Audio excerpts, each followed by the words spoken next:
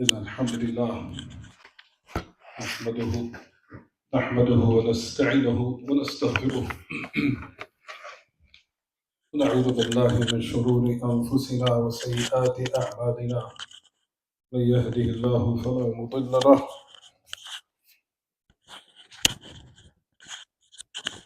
ومن يضلل فلا هادي له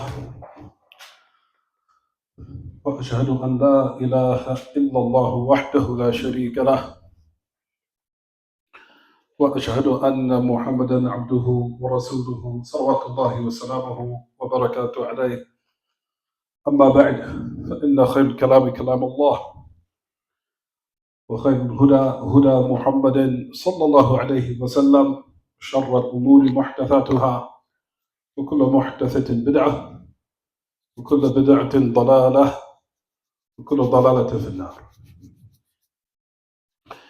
As we continue in this tremendous treatise by the great Imam Abu al-Abbas Taqiyuddin Ahmad ibn Abdul Halim ibn Abdul Salam ibn Taymiyyah al-Harrani al-Dimashqi المتوفى سنة 728, the great Imam of Ahl Sunnah wal Jama'ah, you'll find in the history of those who call to the pure Islam.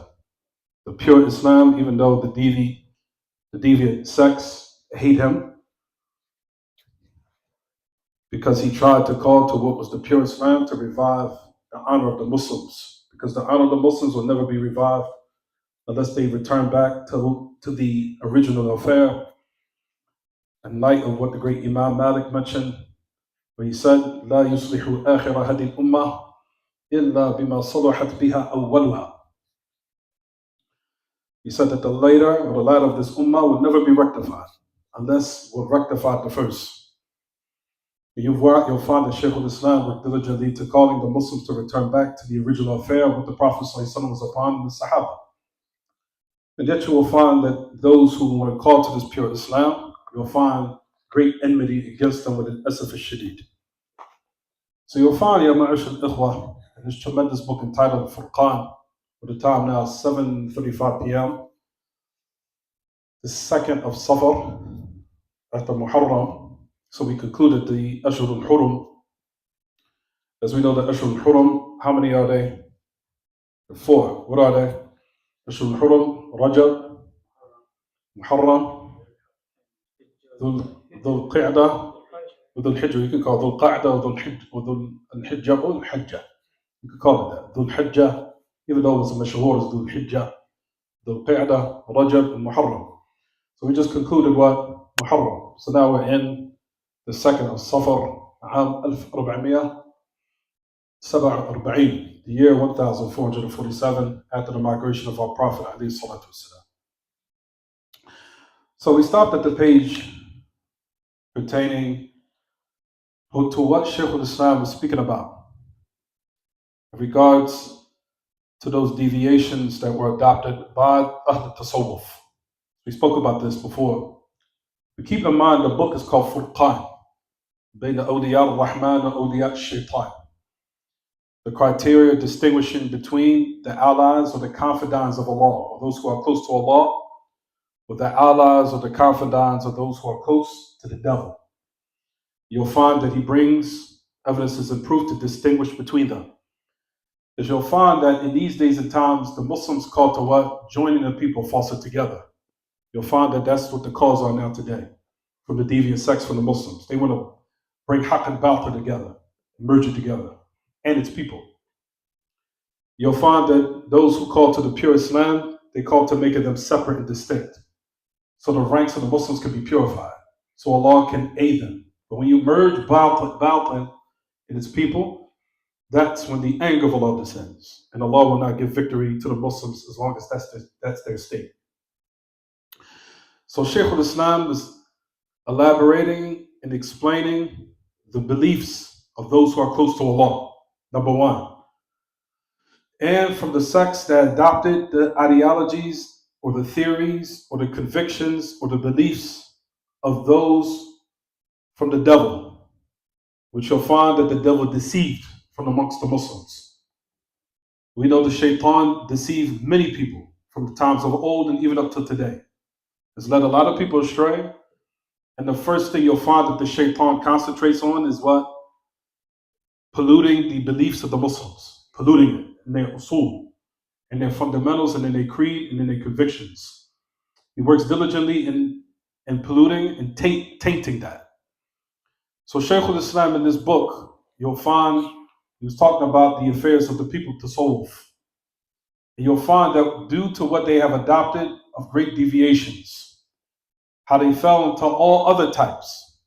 And we talked about how they fell into what they call Jabriya and Qadariya. Jabriya, what we spoke about last class, are deviations in the Qadr, in the divine decree of Allah. The Jabriya or the Qadariya. We talked about they're on two sides of the opposite. What we said last class, the levels of the Qadr were four, as we mentioned. You had the ilm, kitaba, mashi'ah, khalq. You had what? Number one, the level of the Qadr, min maratib al-Qadr, martabat al-ula, al-ilm. The ilm of Allah subhanahu wa ta'ala, the knowledge of Allah. It's the first level of the Qadr. And the second, as we mentioned, is the kitaba. Kitabatu Rabbina wa mashi'atu. Wa khalquhu wa huwa ijadu takween. The affairs Allah had commanded that the qalam, that the pen write, even though Allah knows, which is the kitaba. Then we have the third level of the Qadr, which is the mashi'ah, the will of Allah. And at the same time, the will of who? The creation. So we said that the mashi'ah, which is the third level of the Qadr, is where you'll find that these sects deviated in as far as the affairs connected with Qadariya and Jabriya. Qadariya and Jabriya. The Qadariya is on this far to the extreme, and then the Jabriya is on that far to the extreme. Where Ahl Sunnah are in the middle between both of them. We believe in the Mashi'ah of Allah and that the creation also has the Mashi'ah, meaning ikhtiyar, meaning they can choose. And if the creation makes a proper choice, Allah subhanahu wa ta'ala increases them in that and gives them success and tawfiq. And if a person makes an evil choice or a bad choice, then Allah likewise leaves them to themselves. And trusts them and they leave them bakhzul, meaning keep touching that wire, that speaker. That's why I tell everybody, don't lean on that speaker. Don't lean on that wire.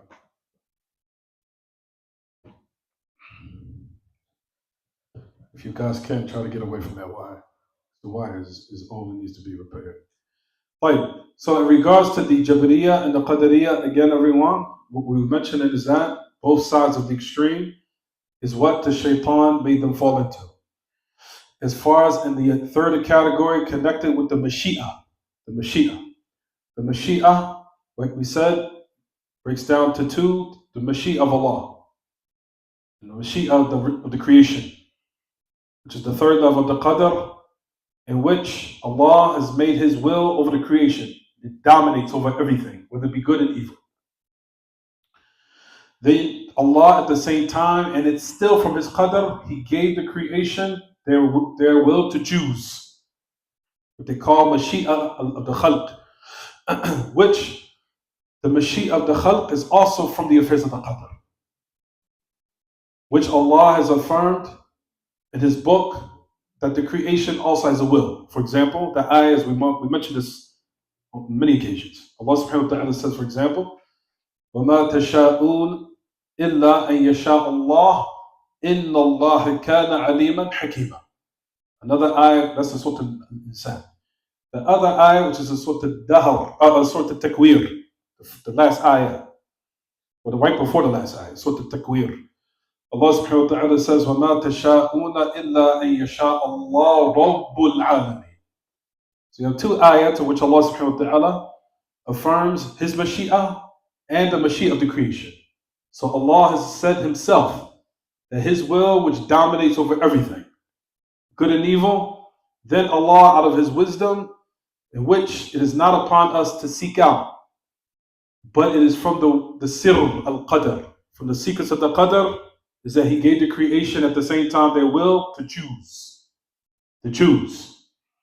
Where they can choose what? To do what's right, or they choose to do what? Which is wrong or which is incorrect. The whole religion it now revolves around these affairs.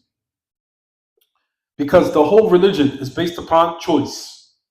You'll find in this dunya that all the affairs in which Allah subhanahu wa ta'ala has revealed is based upon the choice that Allah subhanahu wa ta'ala has made, for example, within the creation, even if you want to say the whole religion. When you say Sharia, what is legislated, is as if it's saying at the same time, this is the guidelines. But at the same time, you still have the will to what? To choose it. To either to hold steadfast to it or to choose something else. So the affairs of the religion revolve around what? That affair. Where as a result of it, because of your choice, you will either be rewarded, or because of your choice, you will be what? Punished.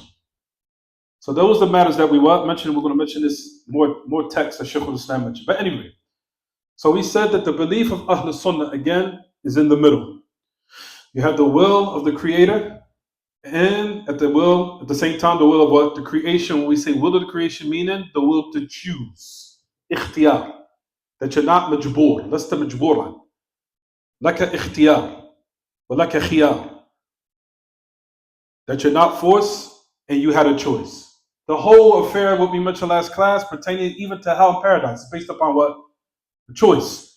Because if you were forced, then the affairs of the existence of paradise or hell would mean no benefit. Because it would make any sense. So that's the reason why these affairs are clear, in which, from that aspect of what is from the fitrah, from which is the ma'qul, which is even from the aspect of the right way to use your mind, not the deviated way to use your mind. The right way to use your mind, or what rationally makes sense, is that all these affairs was based upon a choice you made. At the same time, your will follow behind the will of the Creator. And once Allah, even though Allah knows you made the choice, He increases you in tawfiq to make better decisions for yourself, and what is betterment for your religion, and what is better for your hereafter, if you make a proper decision. And likewise the opposite. Allah subhanahu wa ta'ala, as a result of choosing something evil, or choosing something improper or wicked, Allah will leave you to yourself. You'll be left and entrusted to yourself. You'll be left to your own impulses, your own way of thinking, your own way of what you think of inclinations. He'll let the devils take you over, and the other enemies that are around you from other human beings to also what? Destroy yourself. And one of the worst ways in which a person is destroyed is even if he's left to his own decision making, his own impulses, his own inclinations, his own way of thinking. So the aid of Allah is always what is the greatest affair. And Allah subhanahu wa ta'ala gives aid to the Muslim by making what? A proper decision. That is also from the affairs of the qadr. So you have the will of Allah and what? The will of creation. The two deviant sects that deviated in those affairs because they didn't stay in the middle. They went in extreme. Qadariyah went this way, the Jabariyah went that way. The Qadariyah went this way, and the Jabariyah went the opposite way. And that's what we talked about last class. So let's return back to the hadith where we stopped at. So you'll find, if you look in your books, everyone, I think it's, what page is 280 something? 253. The hadith of Musa, 253. You sure? In that copy. It's 253 in that copy. Page صفحة 253. صفحة 253. اقلب الصفحة إلى صفحة 253. من كان عنده يعني الكتاب المترجم. طبعا العربية في الصفحة عندي 428 بشرح الشيخ صالح فوزان بن عبد الله الفوزان وطال الله في عمره على الطاعة. طيب, you'll find that what we were mentioning of the previous lesson. Let's return back to the books, 253 for those who have the translated book. So let's read it together. وقد ثبت في الصحيحين عن النبي صلى الله عليه وسلم أنه قال احتج آدم وموسى قال موسى يا آدم أنت أبو البشر خلقك الله بيده ونفخ فيك من روحه وأسجد لك ملائكته لماذا أخرجتنا ونفسك من الجنة. You see this part of the hadith, I'm going to stop it right now because it's something I want everyone to put a circle on. As it's been extracted in Bukhari Muslim and the hadith is authentic. upon the Prophet والسلام, he said that Adam argued with Musa, or he established a hujjah upon him. Musa said, O Adam, you are the father of mankind. Anta Abul Bashar. You are the father of human beings. Stop using your miswak right now, it's not the time. Anta Abul Bashar. Take an ilm. The miswak, use it for later. Anta Abul Bashar. Allah subhanahu wa ta'ala created you with his hand. He also had blown, meaning of what he created of the soul, and commanded Jibreel to put in the Maryam, meaning a soul that Allah subhanahu wa ta'ala created. Excuse me, I'm sorry, that's Isa. I'm talking about Adam. Excuse me, my apologies, everyone. Of what Allah subhanahu wa ta'ala had commanded, that the soul, of what he created of a soul and directly put in the Adam. Excuse me, everyone, my apologies. The nafakha fika min ruhih, I'll say it one more time. The soul in which Allah subhanahu wa ta'ala created, and then had the soul directly born into Adam, or put into Adam, of that soul in which Allah created. Then Allah subhanahu wa ta'ala commanded the malaika to prostrate to you. And that prostration was called Tahiyyat al-Ikram. Tahiyyat al-Ikram, not Tahiyyat al-Ibadah. Tahiyyat al-Ikram, Sujood al-Ikram wa Tahiyya. I want to say. Sujood al-Ikram wa Tahiyya. The sujood of the prostration of showing honor and greeting him. So in the Sharia, as we know, the previous legislations of old, that sujood was made as a form of what? Of honor for a person. Like it meant, or it was intended by honor, not worship. However, in the Sharia of Muhammad sallallahu sujood is what? That's only for Allah. Sujood is only for Allah subhanahu wa ta'ala. In the Sharia of Muhammad sallallahu alayhi wa sallam, sujood la yakunu illa lillah. As we know the hadith of the woman, in which the Messenger of Allah says in the authentic narration, لو كنت آمرا أحدا أن يسجد لأحد. Excuse me. The hadith, I'll go back to the beginning of it. That hadith in which the Messenger of Allah sallallahu alayhi wa sallam, when he said, if I was to command one to prostrate to anyone, I would have commanded what? The woman to prostrate to her husband. However, that's not the point. The point is in the beginning of the hadith. The Sahabi came to him and prostrated to the Messenger of Allah. He prostrated to him. He said, he prohibited him from doing that. He said, don't do that. He said, as-sujud la yakunu illa lillah.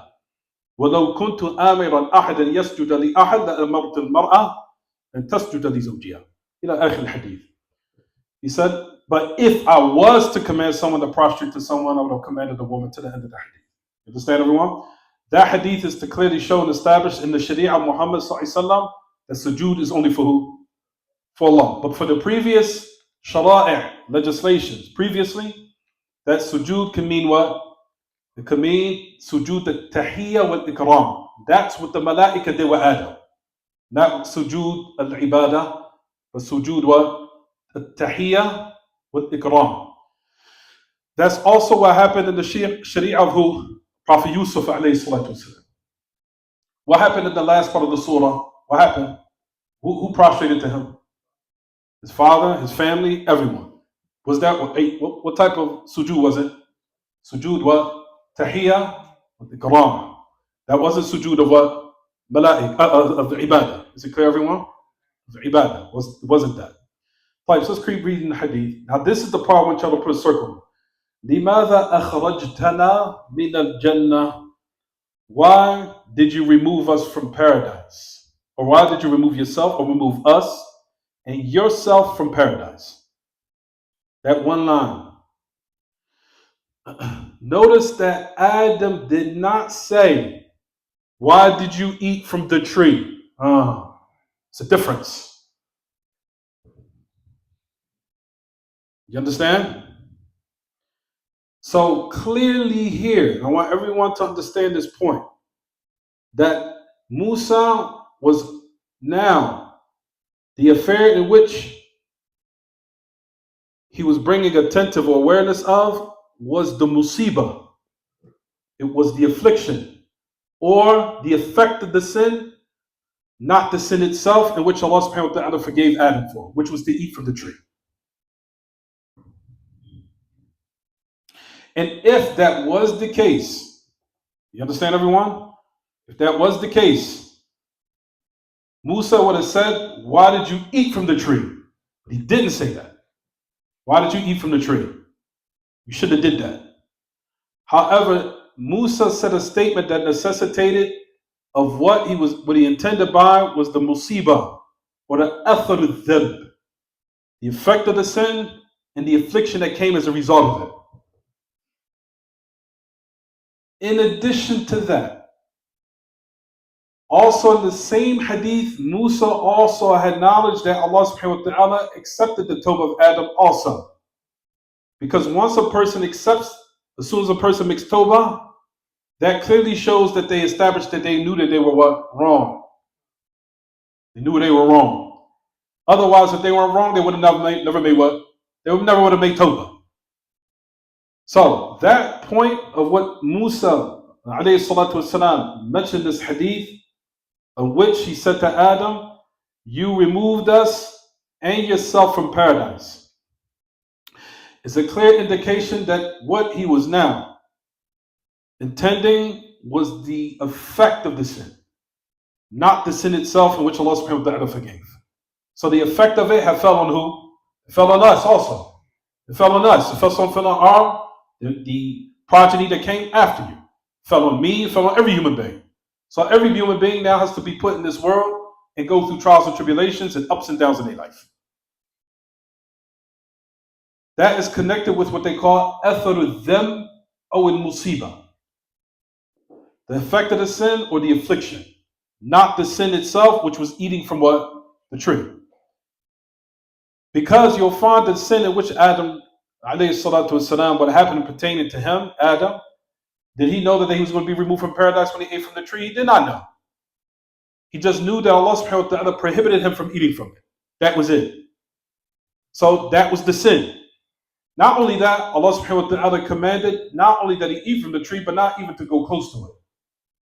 As Allah subhanahu wa ta'ala prohibited and said, وَلَا تَقَرَبَا هَذِهِ الشَّجَرَةَ فَتَكُونَ مِنَ الظَّالِمِينَ فوسوس لهما الشيطان ليبدي لهما ما وري عنهما من سوآتهما وقال ما نهاكما ربكما عن تلكما الشجرة إلا أن تكونا ملكين أو تكونا من الخالدين وقاسمهما إني لكما لمن الناصحين فدلاهما بغرور فلما ذاقا الشجرة بدت لهما سوآتهما وطفقا يخسفان عليهما من ورق الجنة فناداهما ربهما ألم أنهكما عن تلكما الشجرة وأقول لكما إن الشيطان لكما عدو مبين.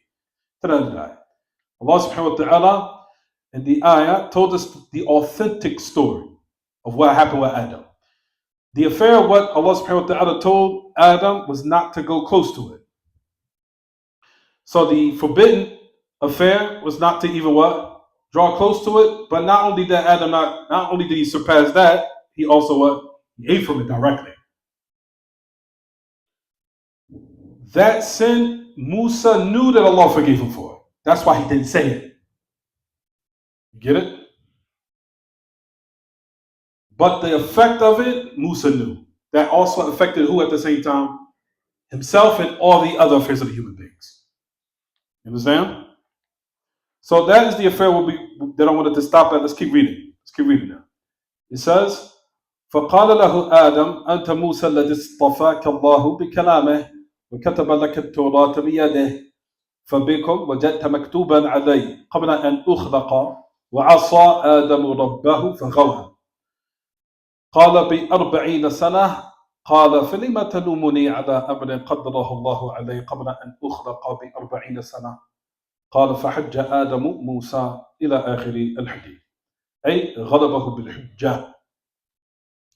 So keep in mind, as we mentioned last class, this narration is in the context why did Shaykh al-Islam Taymiyyah mention this? Keep in mind, we were talking about the affairs of what? Qadr. So the narration here is talking about those who believe that the actions of the servants were what? Forced. The servants of Adam, all of them were forced to do it. Or in actuality, if you want to say, Allah is the one that does it. They say both. They either say from amongst them that all of the creation were forced, or from amongst the deviant sects from amongst the Jabriya, in which the Asha'ira believe to this day.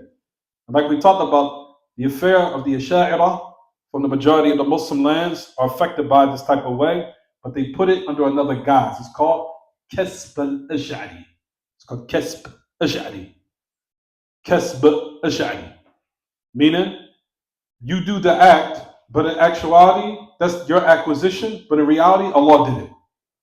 Allah is the one that did it. That's what they believe. So in actuality, they believe that the actions are what? Mujbar. Anta mujbar. So that's a deviant affair in what? The qadr. Is it clear, everyone? It's a deviant affair in the qadr of Allah.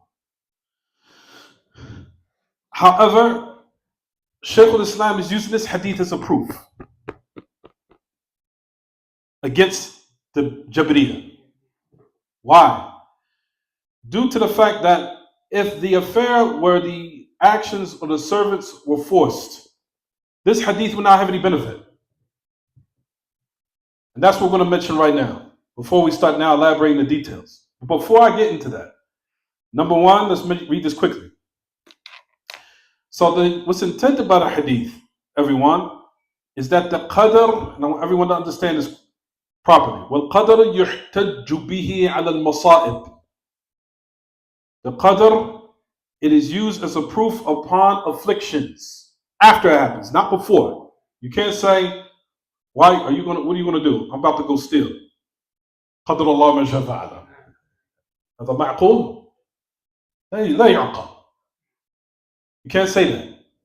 The affair revolves around after what? After it happened, and the person wants to make what? Tawbah from it. Because it clearly shows that they're what? They're wrong, and they want to rectify their affair and redeem themselves. They want redemption. So they want to redeem themselves. So those affairs of the qadr, number one, in regards to this hadith, number one, again, that the qadr is used as a proof upon what? Masa'ib, upon afflictions. Is it clear, everyone? That the qadr can be used as a proof upon afflictions. You'll find the great Imam Shaykh Salih Fawzani mentions this. He said, فَاحْتَجَ آدَمُ عَلَى مُوسَى بِالْقَدْرِ عَلَى الْمُصِيبَةِ. He said that Adam used the proof, or he was arguing with Musa in regards to the divine decree upon the affliction. Now listen to what he goes on to say. وَلَمْ يَحْتَجَّ بِهِ عَلَى الْفِعْلِ الْمَعْصِيَةِ. But Allah did not use a proof or argument. Prophet Musa ﷺ did not argue with Adam upon what? The actual act of sin that he committed. What was the act of sin he committed again? Al-akl min al-shajara, eating from the tree. So notice the difference between what had happened, or the affliction that affected everyone after, and the actual what? Sin itself, which is eating for what? Eating from the tree. Is it clear, everyone? Understand that point. If you understand that point, you understand the hadith properly. Because now we're going to branch off and speak about other affairs in a moment. So before we move on, that is the first point we wanted to what? Clarify. Also, I want everyone to know, when Adam did it, he did it by his own what? Choice. So Allah subhanahu wa ta'ala gave him what? Adam, a choice. Allah subhanahu wa ta'ala gave him the warning, but ultimately Allah subhanahu wa ta'ala allowed him to also have at the same time what? His choice. Notice in this hadith, everything that the people of Sunnah believes is clear, makes sense. Now when you start looking at the deviant sects and what they're saying, you're like, that is confusing. What are you talking about? He was forced. Allah subhanahu wa ta'ala gave the warning, and at the same time he tested Adam, giving him the what? Ikhtiyar, giving him the choice, even though Allah knew what he was going to do. But the affair, like we said, when Adam had chose this matter, it clearly shows why Shaykh al-Islam Taymiyyah is using this hadith as a proof. Look how the deep understanding of Shaykh al-Islam Taymiyyah. He's using this hadith in the context to refute the ideologies of Jabriya, because he knew that Adam had a what? He had a choice. He wasn't forced. Laysa mujbar. Musa knows this, knows he wasn't forced. However, he says, لا يمكن لموسى أن يلوم أباه آدم على معصية قد تاب الله عليه منها فالتائب من الذنب كمن لا ذنب له. He said for the affair what we're speaking about now, that Musa had sole knowledge of this, pure knowledge of this. And it was not for Musa to now blame Adam for something upon a sin in which Allah subhanahu wa ta'ala clearly what? Forgave Adam for. As we know that in the ayat in the Quran, Allah subhanahu wa ta'ala forgave Adam for eating from the tree. As we know. فَتَلَقَّى آدَمُ مِنْ رَبِّهِ كَلِمَاتٍ فَتَابَ عَلَيْهِ إِنَّهُ هُوَ التَّوَّابُ الرَّحِيمُ قال ربنا ظلمنا أنفسنا فإن لم تغفر لنا وترحمنا لنكونن من الخاسرين قال اهبطوا بعضكم لبعض عدو ولكم في الأرض مستقر ومتاع إلى حين. Allah subhanahu wa ta'ala says in his book that he forgave Adam for eating from the tree, but the effect of the sin had remained. He had to leave paradise and be sent down into this dunya to be tested for a period of time. Right. So the sin was forgiven for, but the effect of the sin remained. You understand, everyone? أثر الذنب. The effect of it had stayed. That effect had caused Adam to be what? Removed. To be removed, and he had to be put in the world of trials, to be tested. Had to have good times, bad times. Sometimes you're healthy, sometimes you're sick. You want to have times in your life where you want to experience pain. You're going to have times where you're not feeling too well. You're going to have times where you're going to feel good and things are happening in your way. Things are going in your way. That's just the nature of this dunya. That's how Allah subhanahu wa ta'ala had made it. But Allah gave the makhraj. He gave the way out, which is to follow the sharia. And Allah subhanahu wa ta'ala will keep you firm through those hard times and those good times. The person will say, I want to go through good times too. Because good times are also a test. Good times are also a test, because usually in good times, people think they can just do what they want. The good times is to show whether or not you'll still remain firm upon his obedience, even though everything is good. Or are you now going to use that time to now disobey him more? And in the times, of course, when you're facing deep difficulties, I think that's clear. What necessitates from the human being what? Patience. Right. So that affliction is what Musa was speaking about, as we said. So it goes on to mention and say, Shaykh Salih, he goes on to mention, said, also it clearly indicates, of course, Adam was wrong and he used the affair of the qadr after it happened. The affair of the qadr, he made tawbah from it. When, everyone? After it happened, and Allah subhanahu wa ta'ala accepted the what? The tawbah. Good. So let's write it down, 3 things. Or if we want to say, numerous affairs. Number one, الوجه الأول, that Musa عليه الصلاة والسلام إنما لام آدم على المصيبة وهي الإخراج من الجنة ولم يلمه على فعل المعصية. So number one, again, Musa was blaming Adam for what? The effect of the sin, or if you want to say, the affliction. You can say either one, doesn't matter. The effect of the sin or what? The affliction. What's the affliction? We were removed from paradise, of course, or if you want to say, the removal from paradise and put into this dunya, to the world of trials and tribulations. So again, the affliction is to be removed from paradise and put into the world of tests. Al-ikhraj min al-jannah. And that's a major affliction, right, everyone? The greatest of afflictions is that you're in a paradise, you're in a place where there's no more pain. There is no more affairs of starvation, pain, sickness, ups, downs, even boredom is removed from paradise. The effect of feeling bored that's removed from paradise. So a person I've heard people who haven't studied Islam, they'll say, won't we get bored in paradise? No, Allah removed that also. All those affairs are removed. Fine. In regards to what we mentioned, everyone, again, that is a major affliction, to be removed from that condition and then be put in a place where you have to suffer sometimes. Right? That's a musibah.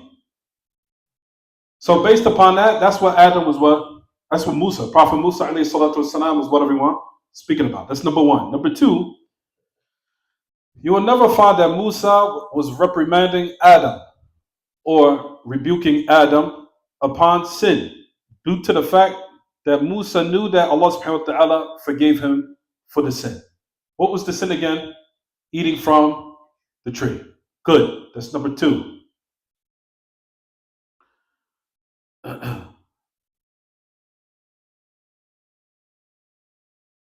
Another affair that we wanted to now explain. To use a proof by using Allah's qadr, by using His divine decree. Is it from our iman or is it from our faith to do that? And if it is, when do you do it? From number 1, what's the answer? Is it yes or no? And then if it's, I kind of gave you the hint. If yes or no, then when do you say it if that's the case? So which number 1 is a yes or no? To use Allah's qadar as a proof for anything? Yes or no? Yes. Okay, but when? We already said it, khalas. After. You understand? After it happened. Not before. You cannot say before you commit a sin, or you know what? Are you about to go? I'm about to go out to the bar. Qadar Allah ma shafa'al. Does that make any sense? I'm about to smoke the cigarette. Qadar Allah ma shafa'al. Does that make any sense? Your aqal? Does it make any sense? Doesn't make any sense. So the affair is based upon what? An affair that you feel bad about, number 1, because you know that you weren't supposed to do it. And then after it happened, the affair of trying to redeem yourself revolves around, of course, the regret that you feel and trying to give yourself hope by using Allah's decree after the fact. And to work diligently to now make what they call what? Istighfar, seeking Allah's forgiveness, and now trying to rectify the affair that you fell into. Those are all indications that you're using Allah's divine decree in the proper way. Because you're using it in order to what? Repair the damage, or if you want to say, rectify the affair of what you came up short in or you fell into error in. So that's the matter that we're speaking about here. Is it clear, everyone? So you use it after, as we said. So you find the great Imam, he goes on to say, Al-ihtijaj bil-qadr al-masa'ib. He said, to utilize the divine decree, the divine destiny of Allah upon afflictions is an affair from our faith. It is from our faith. Due to the fact of the ayah. Number 1, what does Allah subhanahu wa ta'ala say in Surah Al-Baqarah that we know? When something tremendous happens, what will we commanded? الَّذِينَ إِذَا أَصَابَتْهُمْ مُصِيبَةٌ قَالُوا إِيش إِنَّا لِلَّهِ وَإِنَّا إِلَيْهِ رَاجِعُونَ أُولَٰئِكَ عَلَيْهِمْ صَلَوَاتٌ مِّن رَّبِّهِمْ وَرَحْمَةٌ وَأُولَٰئِكَ هُمُ الْمُهْتَدُونَ. This ayah is clear to show that you can use the qadr of Allah as a proof after it happens, due to the fact it says in the ayah, Surah Al-Baqarah, ayah number 156, Surah Al-Baqarah. that Allah subhanahu wa ta'ala says in His book, those that if they are afflicted with an affliction, they say, verily, indeed to Allah we belong, and to Allah we what? We will return. Upon them is the salawat, that Allah subhanahu wa ta'ala will praise them with the malaika. أُولَٰئِكَ عَلَيْهِمْ صَلَوَاتٌ مِّن رَبِّهِمْ وَرَحْمَةٌ. Have mercy upon them, and those are the ones who are truly rightly what? Guided. Notice it says, if they are afflicted with an affliction. So after that, when they make this dua, of course, when it happened. Was it before? No. It happened, and then they what? Made this dua. Also, to show that the qadr could be used as a proof during afflictions is the hadith of Bukhari Muslim upon Abu Hurairah. The Prophet ﷺ had mentioned clearly, he said, when he gave us the proper way of tawakkul. When the Messenger of Allah was explaining affairs of reliance in Allah, put your trust in Allah, how to properly do it. To have your heart tied in with Allah, and also doing the fi'l asbab, to go out and set out to do it. But the point of the reference is in the end of the hadith. The Prophet ﷺ said, after you've done what you could do, of what you wanted to attain the benefit, but it still didn't go your way, even though you tried. You did it the right way. What did it say? فَلَوْ أَصَابَكَ شَيْءٌ أو فَلَوْ أَصَابَكَ شَيْءٌ أو أَصَابَكَ مُصِيبَةٌ فَلَا تَقُلْ لَوْ أَنِّي فَعَلْتُ كَذَا لَكَانَ كَذَا وَكَذَا وَلَكِنْ قُلْ إيش قَدَّرَ اللَّهُ وَمَا شَاءَ فَعَلْ فَإِنَّ حرف لو كلمة لو يفتح عمل الشيطان. As the Prophet ﷺ said, Bukhari and Muslim, the hadith of Abu Hurairah. But anyway, at the end of the hadith it says, after you put your trust in Allah, you did what you could do to now go out and set out diligently to attain those benefits, but it didn't go your way now. It didn't go as expected, because Allah's qadr was taken over. What Allah wanted to happen, happened. It don't say if you've been afflicted or something happened and it went left. If I would have did it this way, this would have been the outcome. If I would have did it that way, that would have been the outcome. However, say what? What Allah destined and preordained. He does. Because the affair that if I would have opens the door of the devil to you. Yaftahu amr Shaytan. That hadith clearly shows of what you'll find of what we're saying here, that hadith is the mi'yar of what we find of using Allah's qadr as a what? As a proof after it happens. It went left, we did what we could do, you set out, you had your heart tied in with Allah, but the expected results didn't happen. Here now you can use the qadr to say what? Qadr Allah ma sha fa'ala. When you say qadr Allah, what are you using as a hujjah? The qadr of Allah. After it what? Exactly. Understand? You clear, everyone? Good. That's not the point why we're mentioning this. Shaykh al-Islam Taymiyyah is using this as a proof to refute a deviant sect. You understand, everyone? That deviant sect is the Jabriyah and the Qadariyah, both. He's refuting both of them. In order for the Muslims to be rightly guided in their affairs of creed, because the honor and the revivalry of the Muslims being restored to honor revolves around their belief being intact with Allah. And if it's not revived if it's not intact with Allah, Allah is going to continue to humiliate the Muslims and not give them aid against their enemies. That's the reason why Shaykh al-Islam worked on purifying the what? The creed of Ahl-Sunnah. So Allah can aid them and give them and restore the honor back to them and defeat their enemies. But it won't happen unless they purify their creed first. And through their pure creed, the Muslims will be united in their hearts, which is the source of all unification. Because people could be united outwardly, but they could be divided where? Inwardly. That's what you see today. All the people now these days, all they call to is a facade. They call to the numbers, but at the same time, everybody hates each other. You understand? That's what the Muslims and people are calling to. Even the kuffar sad to say they call to that. They call to just, oh yeah, we're just all together, and they probably whisper to each other, you know, I can't stand you. I'm just doing this for the camera. You understand? Politicians do it all day. You can tell they hate each other. They even looking, they just smiling for the camera. Hey, I can't wait to get out of here. You understand? So those are the affairs that Islam works in purifying. To unite the hearts where? Number one, where? Inwardly, but that never happens except if their creed is what? Purified. So that's what Shaykh al-Islam worked diligently by refuting these deviant sects. Is it clear, everyone? Good. So he's refuting the Jabriyah, who say that their actions are force. And he's refuting the Qadariyah, who believe that Allah has no will over their actions, rather the creation is the people that create their own actions. Understand, everyone? We're going to explain it even more now. But you understand, though, so the first thing we mentioned is Musa was using this hadith upon what? Number one. Which is it? Number one, what do we say? Upon the affliction. Or you can say the effect of the sin. Number two, that Musa would never hold blame to Adam for the sin he committed. Because Musa knew what? That Allah subhanahu wa ta'ala accepted his tawbah already. That's why he said the wording clearly in the hadith, which is what? You removed us from paradise and yourself. He did not say, لِمَاذَا أَكَلْتَ مِنَ الشَّجَرَ يَا Adam. He did not say that. He didn't say, oh Adam, you ate from the tree, because Musa already knew Allah forgave him for it. But how he said, but that mistake fell also on who? On me and everybody else. You understand? That's the thing that he was talking about, which is the effect of the sin or the affliction itself, which is what, everyone? The removal from paradise.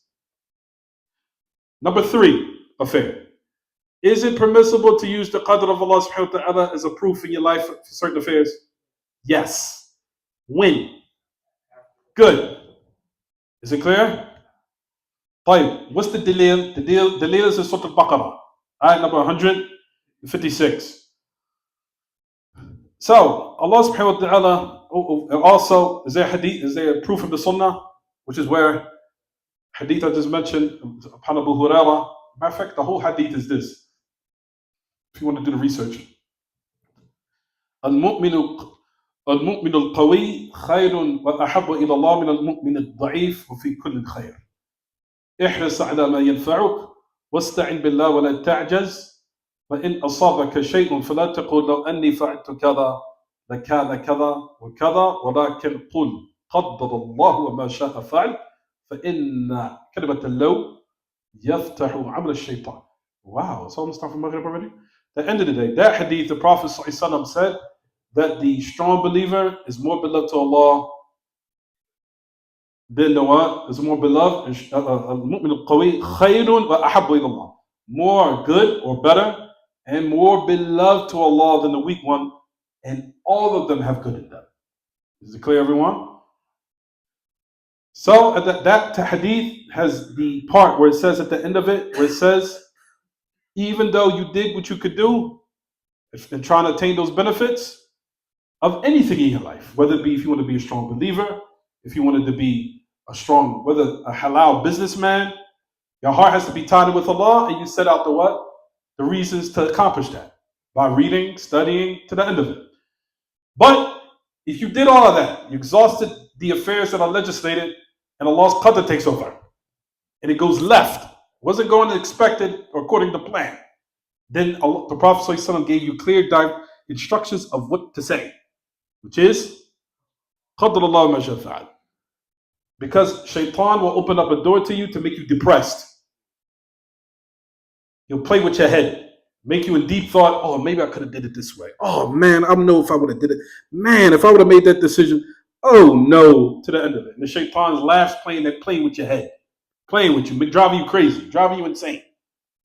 So those are the affairs of what we were mentioning here. Let's keep reading. Time to cover you there.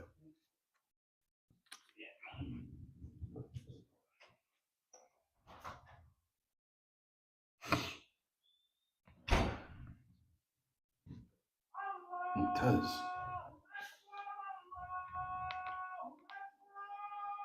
الله أكبر الله.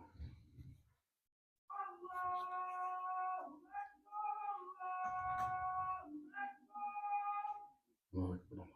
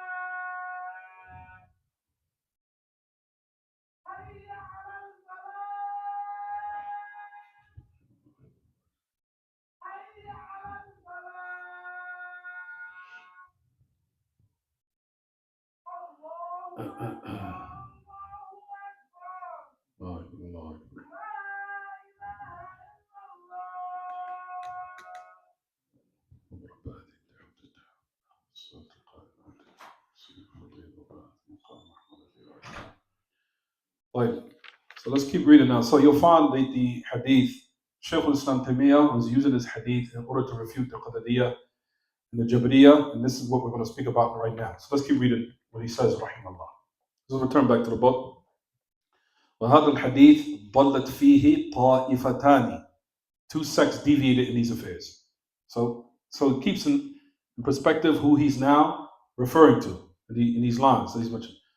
طائفة كذبت به أو كذبت به لما ظنوا أنه يقتضي رفع الذنب والعقاب عمن عصى الله لأجل القدر، وطائفة شر من هؤلاء جعلوه حجة، وقد يقولون القدر حجة لأهل الحقيقة لأهل الحقيقة من التصوف الذين شهدوه أو الذين لا يرون أن لهم فعلا. ومن الناس من قال إنما حج آدم موسى لأنه أبوه، وهذا كذلك باطل، أو لأنه كان قد تاب، أو لأن الذنب كان في شريعة واللوم كان في أخرى، أو لأن هذا يكون في الدنيا دون الأخرى وكل هذا باطل. Listen to Shaykh al-Islam say, وكل هذا باطل. All of that is false. ولكن وجه الحديث, don't worry, we're going to translate. سنترجمه بعد أن ننتهي من الفقرة أو قراءة الفقرة هذه. ولكن وجه الحديث أن موسى عليه الصلاة والسلام لم يلم أباه إلا لأجل المصيبة التي لحقتهم. الله أكبر. من أجل أكله من الشجرة. فقال له لماذا أخرجتنا ونفسك من الجنة؟ لم يلمه لمجرد كونه أذنب ذنبا وتاب منه. فإن موسى عليه الصلاة والسلام يعلم أن التائب من الذنب لا يلام وهو قد تاب منه أيضا. ولو كان آدم يعتقد رفع الملام عنه لأجل القدر لم يقل ربنا ظلمنا أنفسنا وإن لم تغفر لنا وترحمنا لنكونن من الخاسرين في سورة الأعراف. والمؤمن مأمور عند المصائب أن يصبر ويسلم وعند الذنوب أن يستغفر ويتوب. قال الله تعالى فاصبر إن وعد الله حق واستغفر لذنبك.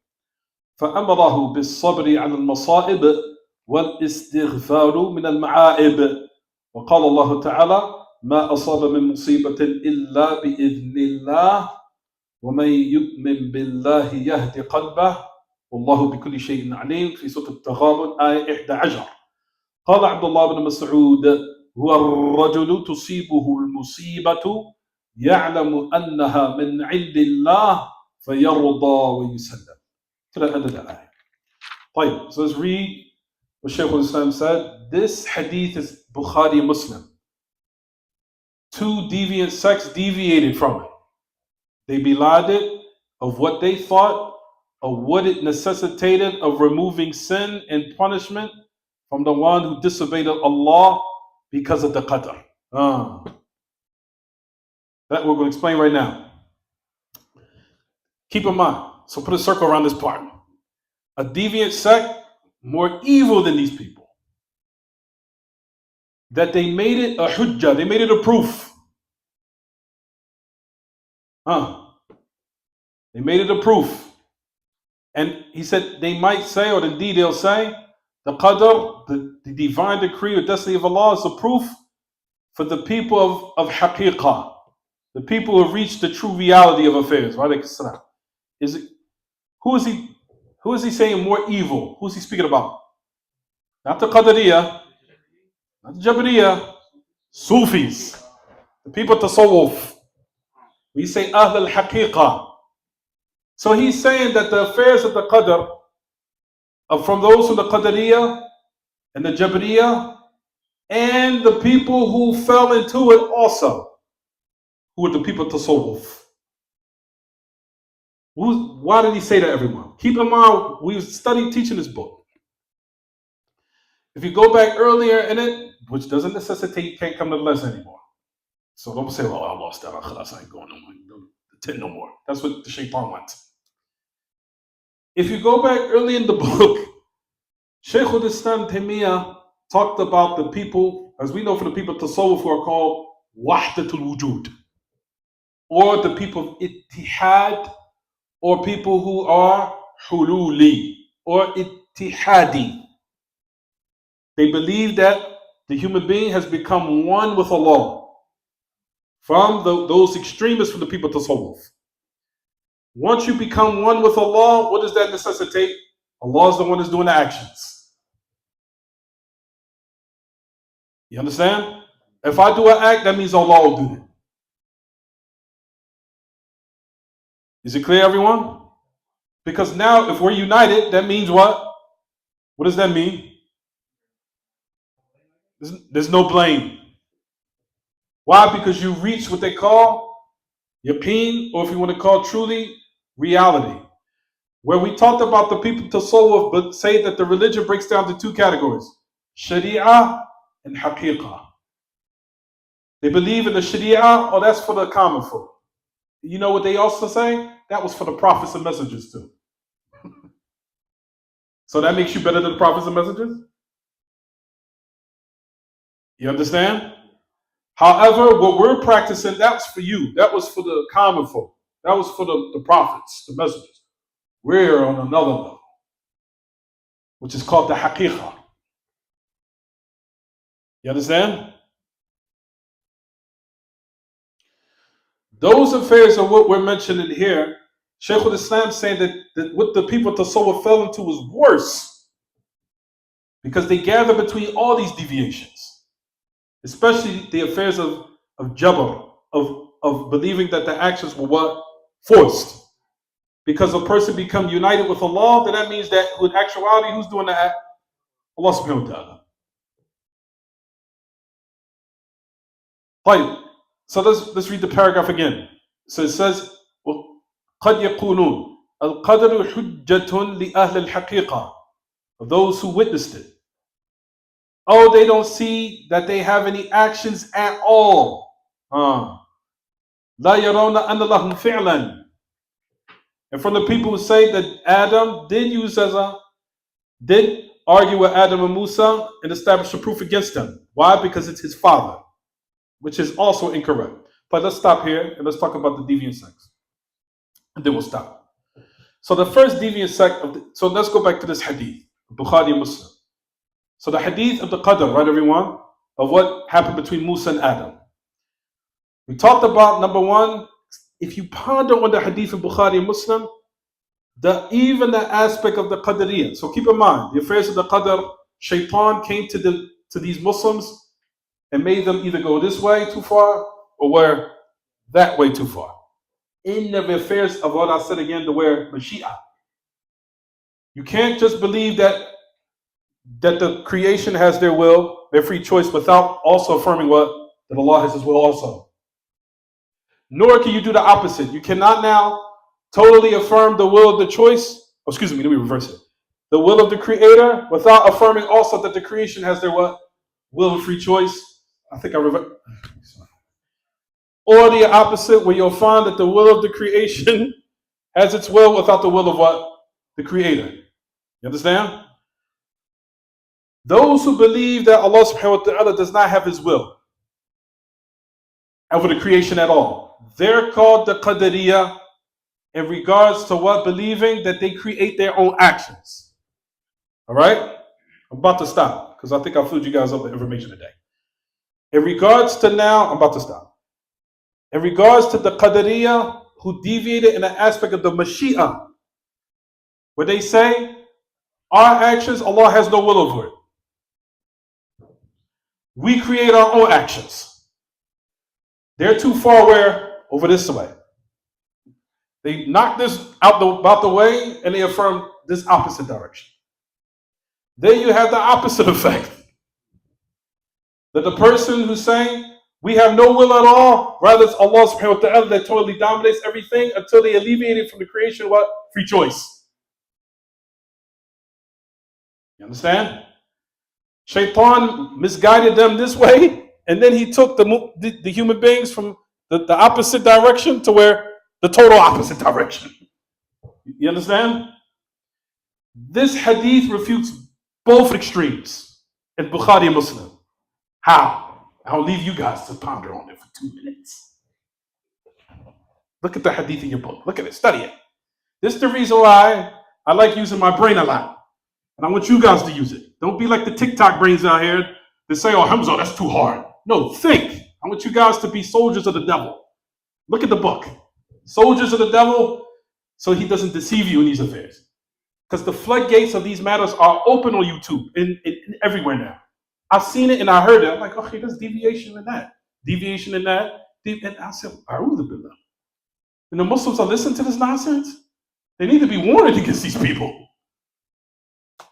You understand? So look at the hadith. How do we review both? I'll give you 1 minute and then we'll stop the break. Bukhari and Muslim, the hadith you guys just read.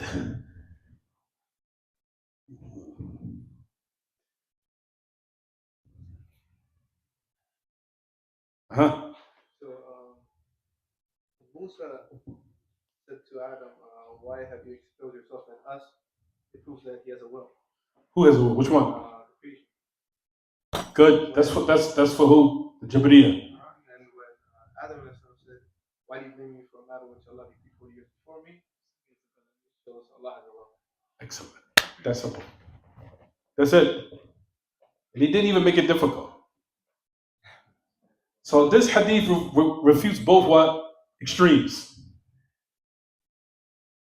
So if you want to talk about the Qadariyah, removing the will of Allah, and saying that the Adam creates his own actions, or the creation creates his own actions, Allah has no will over it. Right? Where is that in the hadith here? Again, what did you just say? Where Adam clearly showed, it's all in the hadith. Adam clearly showed that Allah's will went forth. Where is it in the hadith? Say it again. Ahsant. Mumtaz. You understood. Yes. Yes. You understood. If you look in the hadith, put a circle around this. It says, from bikum, did you find what was written upon me before I was created? That Adam disobeyed his Lord and he went astray. And he said, by 40 years, why are you now blaming me for something of an affair that what Allah had preordained upon me before I was created by 40 years? Who's that refuted? The Qadariyah, not the Jabriyah.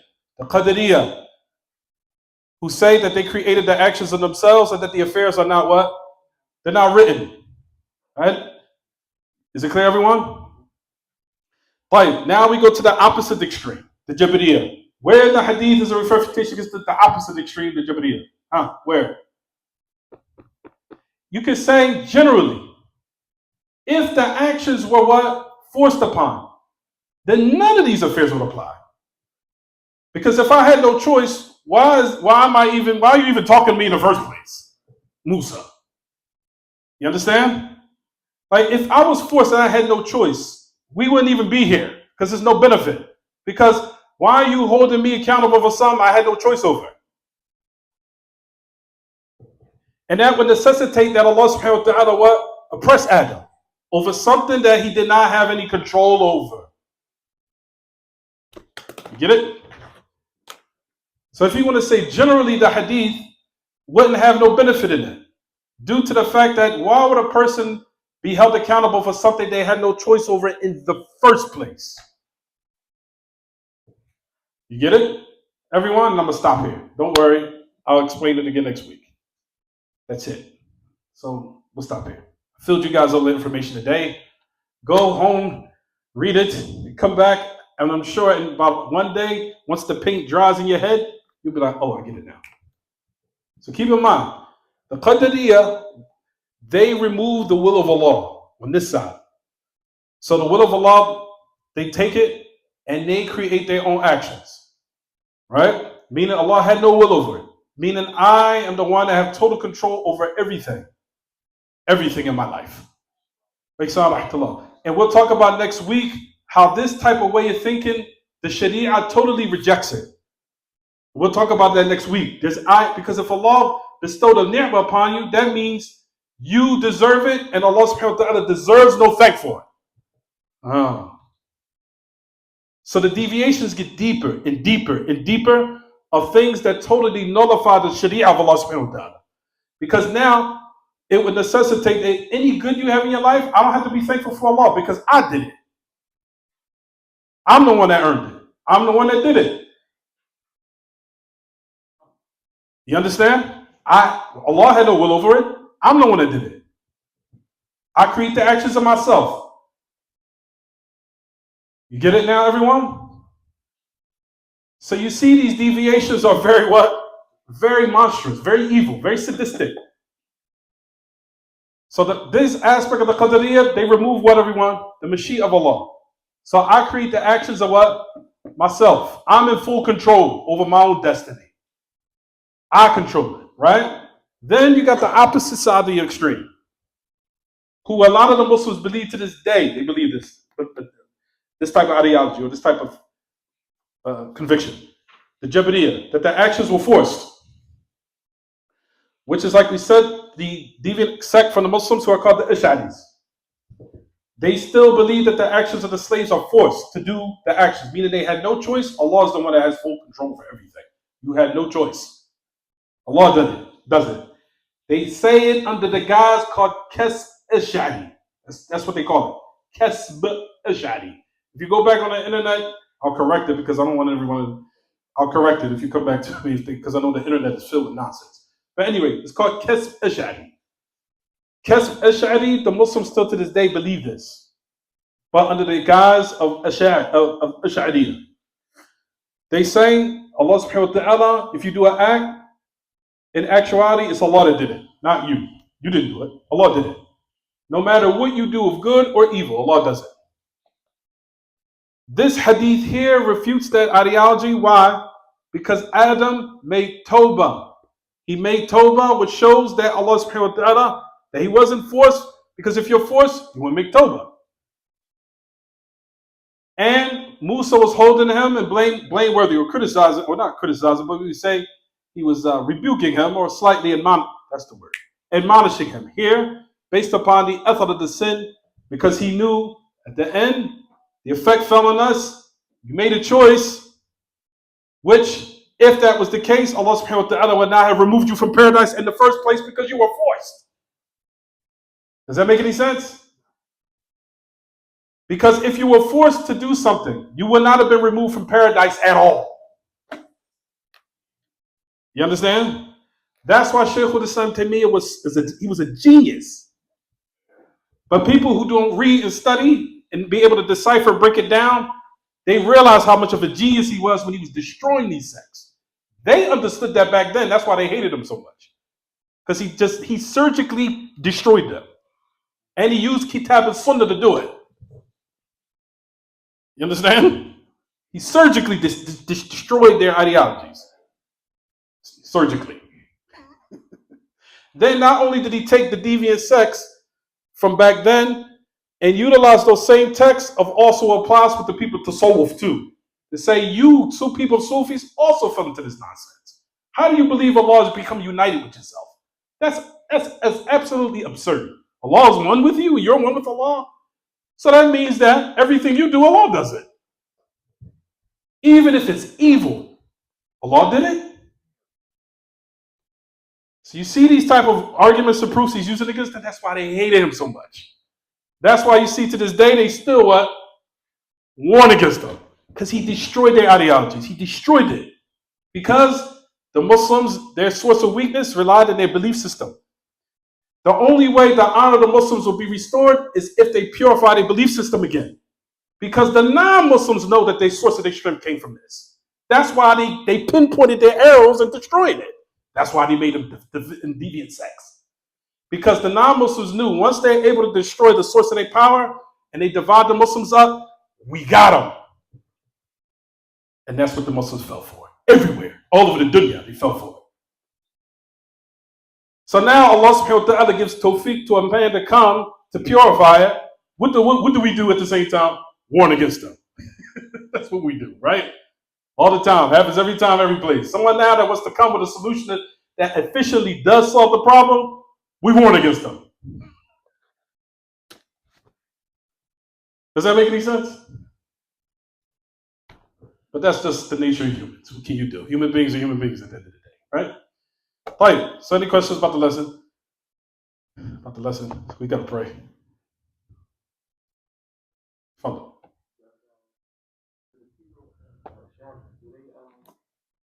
Oh, wow. Follow. Yasha'ira.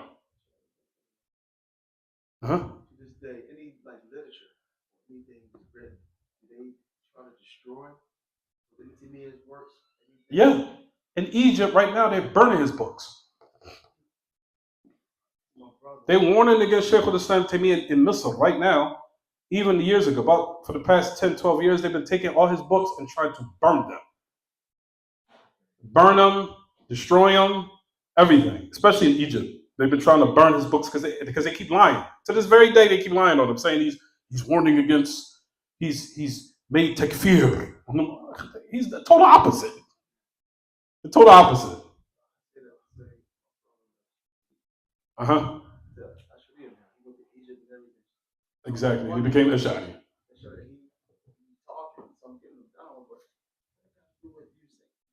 What's the first thing that people, when they would call you that Ash'ari, the first thing they tell you is, stay away from Shaykh al-Islam. Stay away from Muhammad Abdul-Wahhab. That's the first thing they say. Shayateen. And then the person reads their books like we're reading it now, they're like, man, this is just called to Kitab al-Sunnah. That's it. That's it. And then using the proof of Kitab al-Sunnah in order to destroy what? And dismantle satanic ideologies. So the Muslims can, so Allah can aid the Muslims. So He can unite them in their hearts, and the actual unification can take place between them all over the world. That's what the kuffar are scared of. That's why they keep making sure that they're what? They're disunited. So they keep paying people behind the closed scenes to go to the main thing that they're calling to now is dismantling the Muslim countries by now bringing the rumors in the social media about the rulers. Not realizing that the Muslims, that the deviant sects are being paid by the West in order to now destabilize the Muslim countries. Paying the takfiris to go online, yeah, those hukam are munafiqun. We have to take them down. No. Hey, you understand? Take down the Muslim rulers, not realizing behind it is the non-Muslims. They just want to come in the land, and when they get the opportunity, they're going to kill you too. So the affair revolves around the Muslims have to know who their enemy is truly, and just follow Kitab al-Sunnah. Hold firmly to it, and realize that the enemies of the times of the plans and plots of old are still being done today.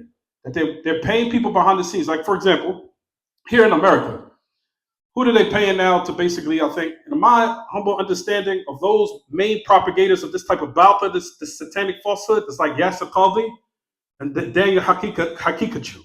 I would not be surprised. They are being paid by the non-Muslims here to put doubt in the Muslims about their religion. Because they are saying one of the most filthiest things that a Muslim would say out of their mouth. Put doubt that the Quran has not been protected. What Muslim in their right mind would say something out their mouth like that? And you studied in Medina? Yes, he says this, go on the line. Putting doubt in the Muslims about the categories of Tawheed, that the Quran hasn't been protected, that has to be restudied again. I don't know, you gotta restudy that. What do you mean by that? That the Quran is deficient? Hadith also, and he came with that. Also, these people are being funded by the non-Muslims to keep the Muslims weak, to keep them divided and doubt about their religion. So they can start doubting that the Quran has been tampered with? Really? These people need to be smacked. You understand? Call the Yasser Qadhi, shut up. You're the reason, you're the problem why the Muslims are divided. You understand? But at the end of the day, you got people that still want to listen to him and give him an excuse. That's no excuse. You're trying to make Muslims apostate from their religion and doubt it. You understand? These are the things that makes us upset and jealous, because we have jealousy for Allah's religion. And we want the Muslims to be rightly guided. And we want the Muslims to be reunited in their hearts. So the aid of Allah can come and He can destroy our enemies. This is what we want. And these people are in the way, as they say. You in the way. You're in the way. Anything else, Brother Cook, because we got to pray. All right, play this stop it. Sallallahu alaihi wasallam wa baraka ala nabiyyina Muhammad wa ala alihi wa ashabihi wa sallam. Subhanaka wa bihamdik. Ashhadu an la ilaha